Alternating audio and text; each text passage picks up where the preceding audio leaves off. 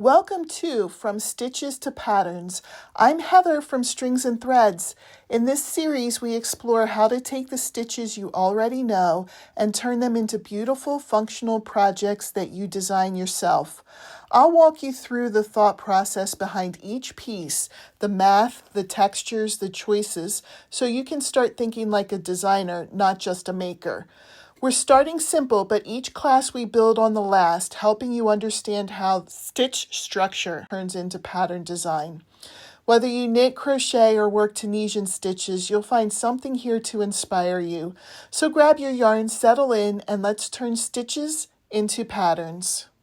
Hi everyone, welcome back to From Stitches to Patterns. I'm Heather from Strings and Threads, and today we're moving on to one of the most fun design projects in this whole series, bags. Bags are amazing because you can make them in any craft, crochet, knitting, or Tunisian crochet, and the design possibilities are endless. You get to play with shape, structure, stitch texture, color, and even lining if you want to get fancy. For today's class, I'll be showing you how bag design works using one of my own finished bags as an example, this colorful granny square tote right here. We're not following this exact pattern, but it's a great visual to show how different pieces come together to create a finished bag. We'll talk about the two main ways bags are constructed, how to size and shape your panels or rectangles, how the stitch choice affects the structure and stretch, and how any of your crochet, knit, or Tunisian swatches can be transformed into a completely custom bag design. Whether you want to make a sturdy market bag, a soft slouchy bag, or a structured everyday purse, this lesson will give you the tools to design a bag that's exactly the size and style you want. No pattern required. Let's get started. Before we jump into construction, let's talk materials because the yarn you choose can completely change the look, feel, and purpose of your bag. For example, the bag I'm showing today uses cotton yarn. Cotton is one of the best choices for bags because it's strong and it doesn't stretch very much, and it holds its shape really well. It's also washable, which is especially helpful if your bag is going to be used for groceries, books, or everyday outings. But cotton isn't the only option. Acrylic yarn can make great bags too. It's soft, lightweight, and very easy to wash. Just keep in mind that acrylic has more natural stretch, especially when you load the bag with heavier items. So if you want a sturdier tote, you might want to double strand acrylic or pair it with a more structured yarn. Blends like cotton acrylic or wool acrylic mixes give you a little of both worlds. They're usually softer than pure cotton, but they hold their shape better than pure acrylic. These blends are great for purses, project bags, or anything you want to be both sturdy and comfortable to carry. And of course, you can always get creative with mixing yarns, holding two strands together using two different colors or even mixing different weights to add thickness and structure. That's one of my favorite ways to customize a bag. Whatever yarn you choose, the biggest thing to keep in mind is washability. Bags get tossed around, used outside, and filled with all sorts of things, so it's nice to choose something you can clean easily. Cotton and acrylic both wash well, and most blends do too. So again, you don't need any specific yarn to design your own bag. Just think about how sturdy or soft you want it to be and choose your yarn based on the personality of the bag you're trying to create. Now that we've talked about yarn, let's look at the two main ways you can build a handmade bag. And the first one is actually the style that I'm holding here, the granny square bag. This type of bag is made from multiple small pieces or motifs. They can be granny squares, hexagons, Tunisian motifs, knitted squares, or any shaped panel you enjoy making. You decide how many motifs to use and how to arrange them, which instantly makes this kind of bag very customizable. You can seam them into a rectangle, a circle, or a hexagon shape, even a front and back panel with different designs. This one has the same design, but you could switch up the designs. And because every motif is its own little canvas, this construction method is amazing for playing with color placement and layout. That's exactly how this bag was made. Several motifs joined together, then edged, lined, and finished with straps. Motif bags are great if you love building your design piece by piece and experimenting with arrangement. Single panel bags are the second construction method. This is more universal and more simple. That panel can be a long rectangle. This is pretty small, but this is just a sample. You would make it to your size specification and then fold it in half, and you would sew together here and have the opening here. You could do two matching rectangles. These don't match exactly, but I was picking swatches from what I already had, a front and a back, and then sew there and leave the top open. A knitted panel, a Tunisian crochet panel, a traditional crochet panel, or even a solid fabric made of stitch sampler rows. Once this panel is made, you just fold it, seam the sides or the bottom, and add handles. That's it. This is the method used in a lot of knitted bags and most Tunisian tote patterns because it gives you a smooth, continuous fabric to show off your stitch texture. If you're doing Tunisian crochet, this is especially helpful because it lets you choose a stitch that adds strength and structure, like honeycomb,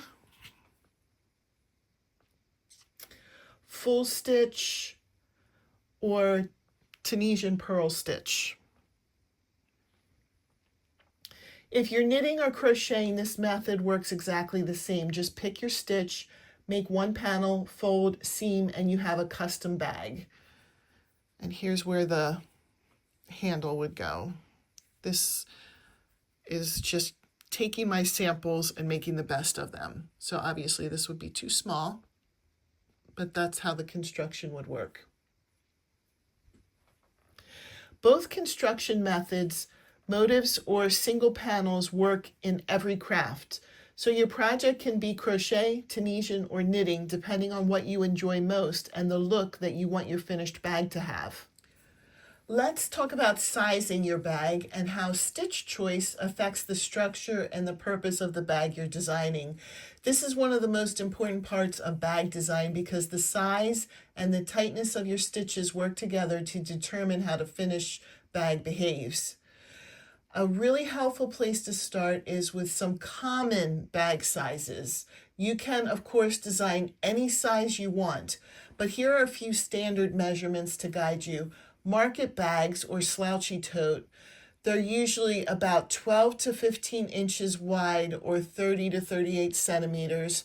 The height is typically 13 to 16 inches or 33 to 41 centimeters. And the handles are long enough to go over your shoulder, usually about 18 to 22 inches or 46 to 56 centimeters. Everyday tote bags, the width is typically 12 to 14 inches, which is 30 to 36 centimeters. Height is typically 11 to 14 inches or 28 to 36 centimeters. And the handles are shorter, usually 14 to 18 inches or 36 to 46 centimeters. Small purse or crossbody bag.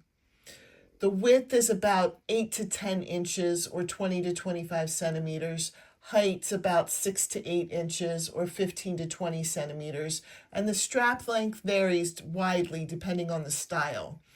You can size your bag either by making more motifs or by adjusting the width and height of your single panel. So the measurements you choose will depend on what kind of bag you're designing and how you want it to function. Next comes the stitch density, meaning how tight or loose your stitches are. This is important because bags behave differently depending on the fabric you create. If you're designing a market bag, a beach bag, or any kind of tote that's meant to stretch and expand, looser stitches work beautifully. Open stitches create that classic slouchy net-like texture that lets the bag expand and hold groceries or towels. With traditional crochet, this might be mesh or tall stitches. With Tunisian crochet or knitting, anything with more drape or openness will make the bag flexible and easy to carry. The key here is stretchy. Looser stitches will stretch when the bag is filled, and that's exactly what you want for market style bags. But if you're designing a bag you want to hold its shape, like a purse or a project bag or a structured tote, then you want tighter stitches. Tight stitches make the fabric strong, sturdy, and less stretchy. This is ideal for handbags, boxed totes, small structured purses, or anything that needs durability. In crochet, this might be single crochet or dense stitch patterns. In Tunisian crochet, stitches like simple stitch, full stitch, and honeycomb create beautiful, strong structure. And in knitting, combining tighter gauge with simple textures works well too. A tighter stitch gives you a bag that stays the size you designed it, even when it's filled. So as you plan your bag, think about the size and think about how much structure you want your stitches to give you. Looser stitches equal larger sizes and equals a slouchy market bag. Tight stitches plus planned measurements equals structured everyday totes. There's no right or wrong. It's just about designing the bag that you want to use. Before we wrap up, let's talk briefly about handles because they're another place you can customize your bag. Handles can be short for a hand carry tote, medium for an everyday bag, or long if you want to go over your shoulder. You can make handles right onto the bag by extending your stitch pattern upward. You can crochet separate straps and attach them later, or you can even use fabric or store-bought straps for a more polished look. The biggest thing to remember is that the longer straps will stretch more, especially if you're using softer yarns. So if you want extra durability, make your straps with a tighter stitch or double strand your yarn for added strength. This one was double stranded.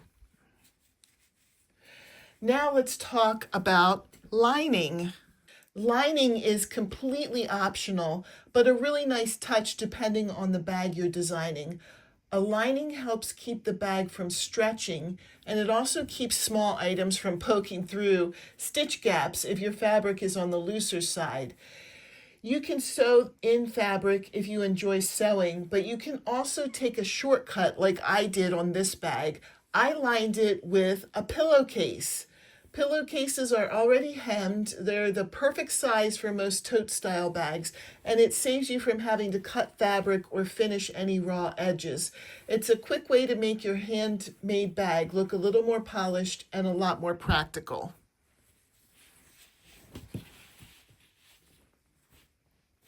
And that's all there is to designing your own bag, whether it's crochet, knitting, or Tunisian crochet.